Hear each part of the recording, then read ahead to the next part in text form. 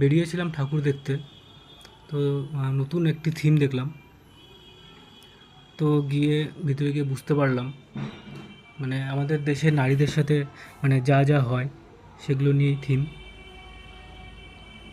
সত্যিই কিন্তু মানে আমাদের দেশে নারী পূজ্য, মানে নারীদের পুজো করা হয়, আর সেখানে তাদের সঠিক সম্মানটুকু আমরা দেই না। মানে আমাদের সমাজ খুব সুন্দরভাবে করেছেন সব কিছু। আমাদের দেশে যারা মানে মুখ উজ্জ্বল করেছেন ওনাদেরও ছবি আছে এখানে। খুব ভালো লাগলো।